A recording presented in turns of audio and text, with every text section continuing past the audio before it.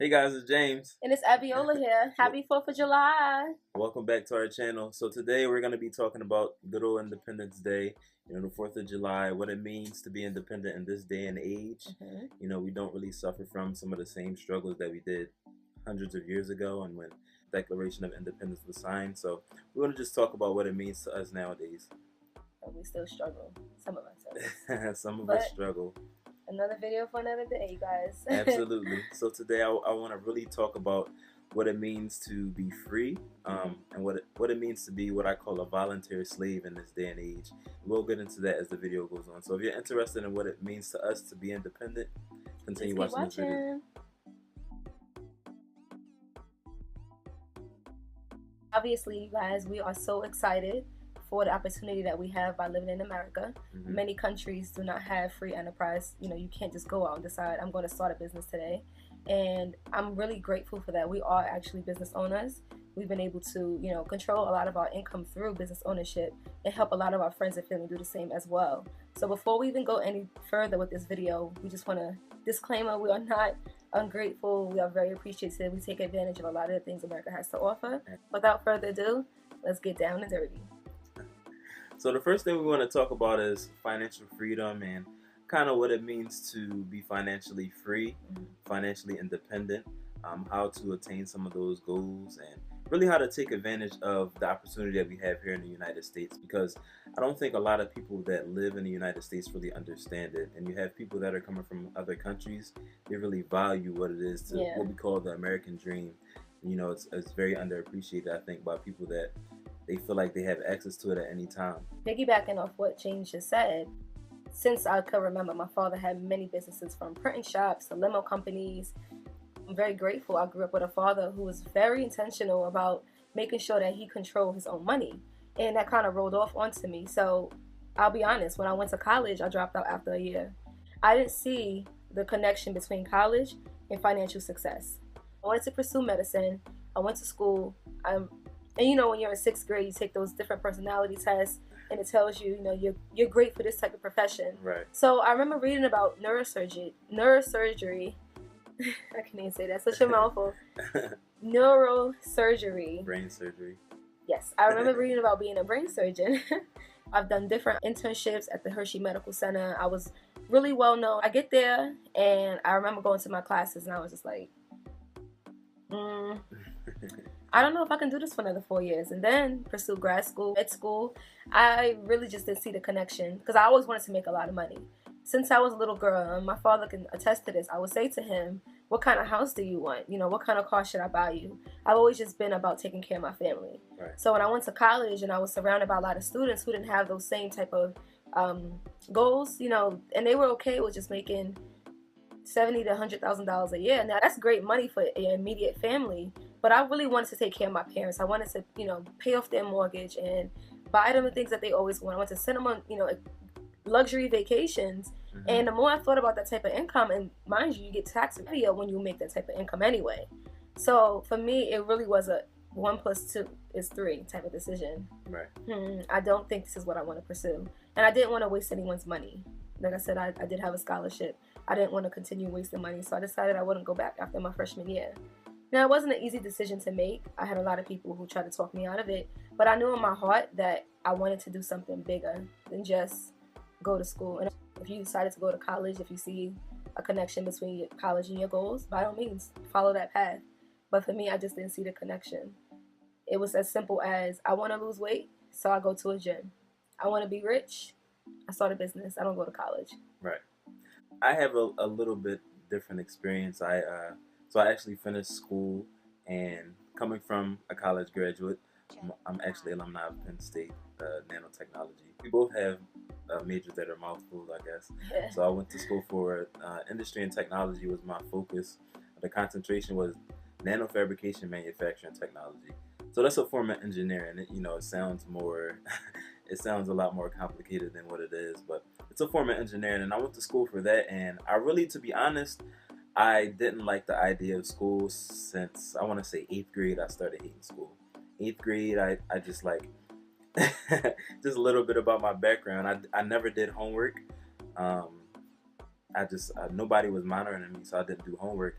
and it wasn't that a large percentage of your grade, I would still get straight A's up until the 8th grade. Now it counted as a larger percentage, so 20% of your grade is homework. You obviously only can get a B. That's the highest grade you can get. So I'm like, I don't really want to do this, and I finished school because my mother wanted me to. Most boys, I think, they want to go and play a professional sport. That was one of my dreams, and I was always discouraged from that. Find a plan B or different things like that. If you get hurt, yeah, only exactly. The top X, Y, Yeah, 1%. All of this great stuff, that we're fed every day, and I don't think people, they want to hurt us by it, but it really does hurt you. It stunts your growth. It doesn't really teach you the value of hard work. I would rather somebody say to me, if you want to play professionally, this is what you need to do. You need to work hard. You need to play the sport until you don't like the sport anymore, basically. If somebody would have said that to me, I would at least had a choice whether or not I wanted to practice that much or if I was going to just go and have a major. So that's just a little bit about my background, but school is a great way to make a living for yourself and for your immediate family, like you said. So if you just want to take care of your wife, you just want to take care of your kids, great idea to go to school. Otherwise, if you have big dreams, big goals, if you want to take care of your entire family, that was one of the things that I always had in mind. I always thought that I would graduate, start a business, and then eventually put my sister and my brother through school, and it didn't work out like that. But I always had really, really big dreams, and college wasn't the means to that end. Taking us out of the equation, if you just think about the people that you look up to, the Oprah Winfrey's, the LeBron James, like these people are like exceptional. They didn't go to college. They just grinded until they had a name for themselves. Right. So for me, it was literally like, if I want to be as rich as Oprah, I'm going to do what Oprah did. And then the people that I knew who had significant amount of money, they didn't go to college. And if they did go to college, they had the same opinion as us. Like, college didn't help me get to where I was. It was a waste of time. Like, I wish I knew then what I know now, and I would have been further on today than I am currently. So I have a lot of people in my life who I actually confided in before I decided to leave school. I'm like, hey, I don't know that I want to continue doing this, and you're someone that I know is not biased. You're not afraid. Like, I have a work ethic that's going to carry me through. Now, disclaimer, if you don't have work ethic, you probably should stay your course. Don't decide, okay, you know what, they're right, I'm not going to go to college anymore. What are you going to do then? Right. Are you willing to figure it out? Are you willing to take time? Are you willing to look weird? You okay with people saying that you're stupid, that you made the wrong choice, that you're going to regret it? Right. Till this day, I have been out of college now 5 years. To this day, I still have people telling me, oh, go back to school. Go get that piece of paper. Yeah. You need it. You don't even have a degree. And the people that I do know who have degrees, they aren't much further in life than I am. So am I really missing out? And I don't have the debt that they have, so am I really missing out? Right. So let's just be honest. I'm more logical than I am emotional. And just honestly, when you look at the typical graduate, they're graduating with a liberal arts degree. Most people aren't going for the sciences. So I always say, if you want to go to college, you should get it completely paid for. You should have a scholarship. Secondly, if you're going to be in college, you should definitely take up a STEM, which is science, technology, engineering, or mathematics. And if you're not in school for one of those things, you're kind of, I'm going to just be blunt, you're wasting your time. Other areas, communication, sociology, social work, those type of degrees without masters, you're talking about $35,000 to $38,000 graduating salary. And realistically, it's only about $16 or $17 an hour. So, you can work at the post office or something and make that type of money. Without a degree? Exactly. Without a degree after a few years. The type of money that you want to go to college and then say, we make the same amount of money, except I have $100,000 in debt, and you worked all of these 4 years that I was accumulating debt. So that's how that goes. And it's not even just the debt that you acquired throughout the 4 years, 4+. Some of us don't finish school in 4 years. Right. It took you, 5? Let's not talk about that. But the average college graduate does graduate in 5. Mm-hmm. A lot of people that I know, they took even longer than that. The important thing is that they finished. But to be honest, that's a lot of debt to accumulate. 5+ years of college, and having all of that debt is very stressful on a person. Not earning any money while you're in school. Right. So it's actually funny. One of our mentors, he does this analogy. It's hilarious. But I'm going to pretend to be him really quickly. You know what I'm talking about? Yeah. Oh, man, I got to spend $17,000? Okay. Oh, I got to buy books too? Right. Oh, wait. I need a CD too? Man. And I got to pay to live here? I gotta pay for my meal plan? Okay, so he's talking about $28,000, $30,000? Okay. One college, 1 year, done. I went to class, I studied. Man, I'm so excited. I can use my degree now, right? Oh, wait, I got another year to do? Oh, man, but can I at least make money for what I've done so far? No, I can't? All right, well, year 2. Well, at least I can use my old books. Oh, I gotta get new books? But the book is the same. Oh, I need the .2 version. Oh, I see. But what's different about it? Oh, the CD? Oh, and you added some picture. Oh, okay. So I got to spend another $600 per class. Okay. But I can use my degree once I grad, after 2 years. No? Can I at least make money off of it? I still got to do 2 more years? So wait. You mean to tell me I still got to go to class? I still got to buy my books, plus the CDs and all the other stuff y'all claim I need. I'm still paying for housing, and I still got to pay for my meal plan. And some of these places, the food sucks. All right, year 3, I got to be able to use my stuff now. I'm well over $60,000 in debt. I'm trying to make $60,000 a year. You got to tell me the good news. Oh, I still got to do 1 more year. Okay. All right, 1 more year, and we're through. 1 more year, we got it. All right, last year, I'm going to do this. Okay, whatever. I got to buy my books, got to buy this. I'm done. My mama's proud. My daddy's proud. I walked the stage. I switched my tassel. I got my degree, guys. Now, I'm ready to enter the world. Where's my job? Where's my job? Anybody hiring? Is anybody hiring? Guess I'll work at Starbucks. Oh, wait.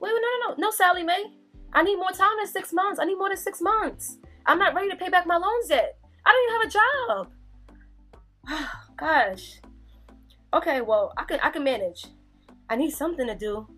Oh man, I don't want to work there. I'm a college graduate. I can't work there. Oh, but I need money. Man, okay. I'll just work this job now, just for the meantime.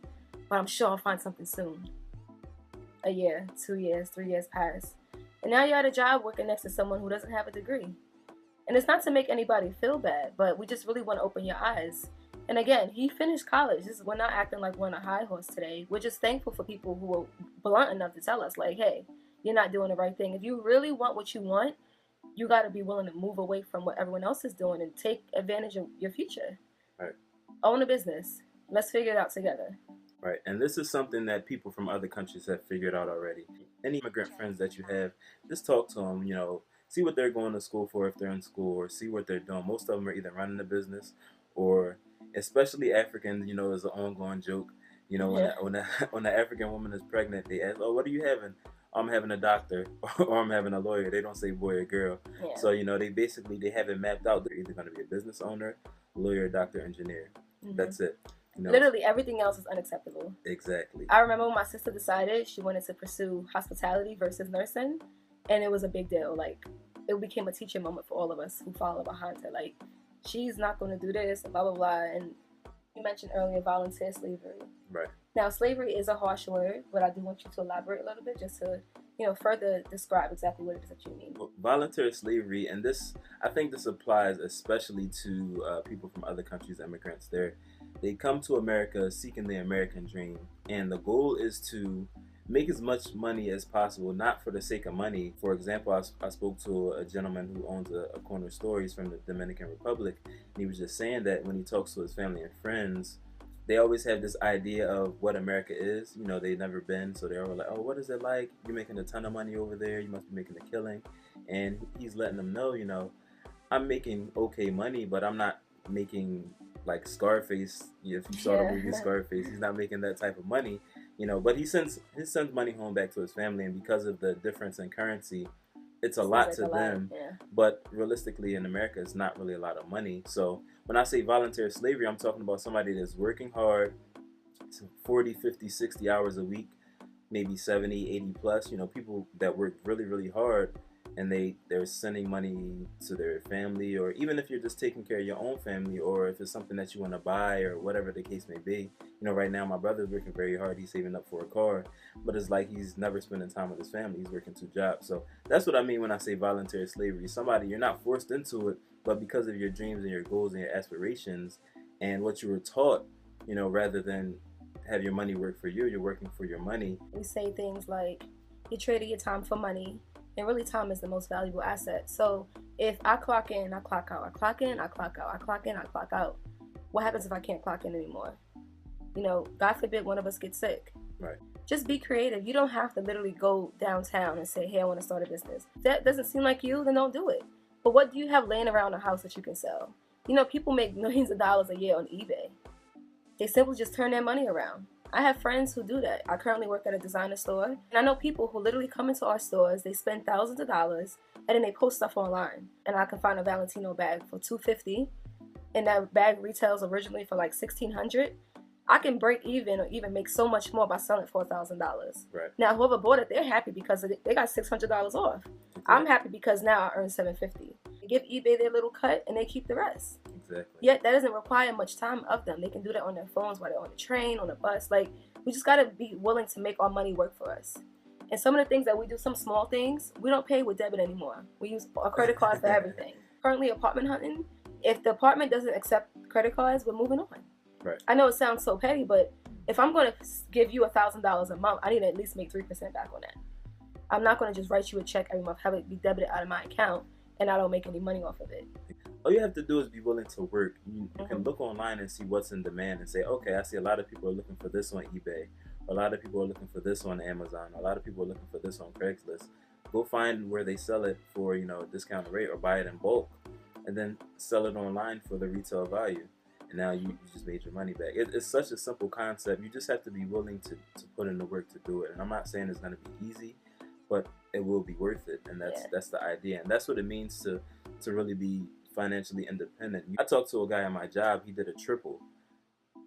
Like, you hear about people doing double. That sounds completely insane. But there are people that do it. And, I applaud him for having the drive to do that. But at the same time, we need to have a conversation. Because working that hard, you're basically killing yourself, and your health has to be more valuable to you than making money. You don't really feel comfortable selling stuff? What service can you offer? Can you braid hair? Do you know how to paint nails? Can you do math? Can you become a tutor? Like, just figure out other things that you can do. There's so many online platforms today where you can simply sit at home on your computer. You have a service that you offer. Someone's looking for a math tutor in Florida. You are a great teacher in calculus. You can charge $40 an hour to train someone over the computer how to do calculus. Like, there's so many platforms, and I'll link some down below for you guys, that you can just become a part of that are free. It doesn't require you to pay anything. Right. But all you do is, once you make money, you just give them a small cut. That's really what it is. Drive for Uber, drive Lyft. You can do so many things. So the call to action for everyone today, including ourselves, is be creative. What can you do today to make your money work for you? If you don't have a very clear focus as to why you're going to college, and especially if you're paying for it, don't go. Right. And as parents, we need to do better. We need to be more supportive of our children's dreams. And if we can't afford to put them with the right people to help mold them into whatever it is that they want to be, you figure it out. You read about it online. Please leave a comment, like, share this. Let us know what you think. Let us know if you want us to elaborate, go into a very specific topic as far as business goes, as far as college goes. Like I said, we can talk about this all day. Don't forget to thumbs up this video, leave comments below with any suggestions that you have. Again, I will link some different platforms below for you guys to check out. There's so many ways to make money. Let's figure it out together. And thank you so much for watching this video. Subscribe to our channel. And please share this video on your social media platforms. Follow us on Instagram and Twitter. He's James Booker, I. Everywhere, literally. And I'm Queen Abiola on all platforms. Please have a safe 4th of July. Don't drink and drive if you are going to be drinking. That's what Uber and Lyft are for. Just enjoy your family, enjoy your friends, enjoy the good food, and we'll talk to you guys next week. See me on the spades table. We'll talk to you guys later. Bye.